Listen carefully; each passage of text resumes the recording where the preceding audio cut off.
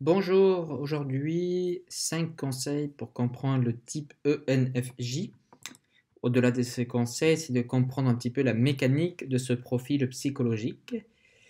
Alors, le ENFJ, souvent, on s'entend un tout petit peu dans le cliché, c'est Barack Obama, c'est la personne qui dynamise un groupe, un leader aux qualités humaines incroyables. Alors, c'est souvent vrai, mais pas toujours, mais ça permet de savoir qui peut être INFJ. En tout cas, c'est un tempérament idéaliste et il représente une petite partie de la population. C'est des êtres assez rares, ces personnes-là. Alors, c'est des personnes. Qu'est-ce qu'une personne ENFJ? Premier point, c'est des personnes axées sur les individus. Ils vivent dans un environnement qui est lié à l'humain. Alors, très important, l'humain, hein, c'est un peu différent de l'INTP. Ce sont des personnes, ou de l'ISTP même, ce sont des personnes, ou plutôt INTP, ce sont des personnes avenantes, curieuses et ouvertes aux autres. Et c'est des personnes qui veulent aider les autres à atteindre leur potentiel. C'est très ressemblant sur ce côté-là au INFJ. Alors pour un NFJ, inspirer, encourager et procurer un bon moment sont des notions vitales. C'est une quête d'harmonie individuelle qui se trouve aussi dans les valeurs d'un groupe.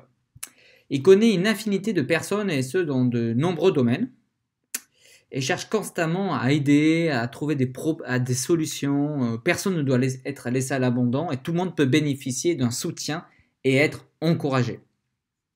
Les ENFJ sont des acteurs majeurs d'interaction sociale, de cohésion et de fabrication d'identité collective. Et oui, nous allons jusque-là. Et au contraire, si il manque de relations ou si les personnes, son entourage, les personnes ne sont pas heureuses, il sera inquiet, il pourra se sentir coupable, etc., etc. Même à en oublier son propre bien-être. Mais globalement, il est fiable, on peut compter sur lui à tout moment. Il prend ses engagements en amour très au sérieux. Dans ses loisirs, il est entraînant. Au travail, il saura appuyer sur les qualités de chacun pour créer une ambiance collective et atteindre les objectifs visés. En clair, la situation pourrait être: je suis fiable et responsable, j'attends la même chose de toi. Au moins, c'est dit. Alors, compréhension du profil. C'est un être extraverti. Et donc, l'extraversion ne veut pas dire faites à tout va. C'est plus une personnalité qui aime interagir avec les autres, qui gagne de l'énergie par le contact avec autrui. Il aime posséder et entretenir un large cercle de connaissances, et c'est une personnalité qui parle beaucoup, mais qui sait se mettre en retrait quand cela est nécessaire. Donc il y a un peu des deux. Il porte les valeurs solides au sein d'un groupe, il pourrait être porte-parole si besoin, mais il laissera volontiers les membres du groupe interagir entre eux. Le NFJ, côté N, préfère l'imaginaire et l'abstraction au côté pratique et concret, comme l'INFJ.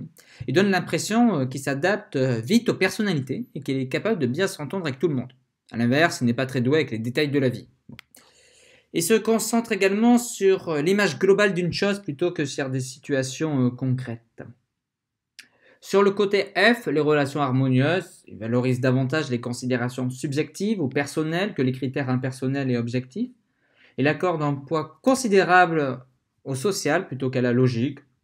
Et enfin, sur le côté J structure, c'est un leader, donc il planifie ses activités, prend des décisions rapidement, important. Et il a donc un certain self-control. Donc, en résumé, le NFJ, c'est une personne qui se nourrit d'interactions sociales, qui recherche constamment l'harmonie autour de convictions fortes et suivant des plans. Au contraire, il évite les détails techniques, l'aspect pratique des choses, la logique, ainsi que les changements dans la prise de décision. Alors, le NFJ, c'est l'inverse de l'INFJ dans les fonctions cognitives. Sa dominante, c'est le feu, le sentiment extraverti. Sa dominante, c'est la recherche de liens sociaux et d'interactions harmonieuses. C'est sa dominante. C'est le désir de satisfaire et de comprendre le besoin des autres. Et donc, un feu fait très développé, ça peut rendre ENFJ incontrôlable. Donc, il faut savoir le modérer. L'auxiliaire du fait de la sentiment extraverti, c'est l'intuition introvertie. C'est elle qui opère donc la synthèse de couples de contraires pour créer dans l'esprit des images neuves. Donc c'est une certaine forme de certitude qui demande des actions, des expériences pour nourrir une éventuelle vision de l'avenir. La fonction tertiaire, la sensation extravertie, se concentre sur les expériences et les sensations du monde physique. Ça lui apporte des faits et des détails pouvant constituer le moteur d'action spontanée. Enfin, l'inférieur, C'est la pensée introvertie. Elle recherche la précision, celle du mot juste et exprimer une idée avec exactitude. Voilà. Alors, donc le NFJ, hein, c'est tout d'abord un sentiment extraverti, mais son inférieur est très important. Alors, troisième point, le NFJ et le travail, si ça vous intéresse. Donc, il est rempli d'énergie, on l'a déjà dit, il est vivace, etc. Mais il apprécie un environnement calme et organisé. Il aime que les choses soient structurées et planifiées. L'incertitude, c'est dur. Alors, généralement, il est à l'aise pour enseigner ou travailler dans le relationnel, les métiers, le conseil, à la relation client, à l'enseignement, même commercial, pourquoi pas. Mais plus avec un côté quand même inspirant, plutôt que des métiers techniques et concrets. Alors, dans une entreprise, il a un point de vue ferme et apprécie de diriger une équipe. Il est coopérant et fait passer les valeurs avant toute chose. Très important, la question des valeurs. Donc, une entreprise qui marche et s'appuie sur des valeurs solides et une harmonie collective, ça sera le bonheur de l'NFJ. Attention, il peut idéaliser des personnes, attacher trop d'importance à un conflit ou bien évacuer le problème et prendre une critique trop à cœur. Donc, il a tout à gagner à développer la pensée introvertie pour prendre les choses avec plus de calme et d'une façon plus logique.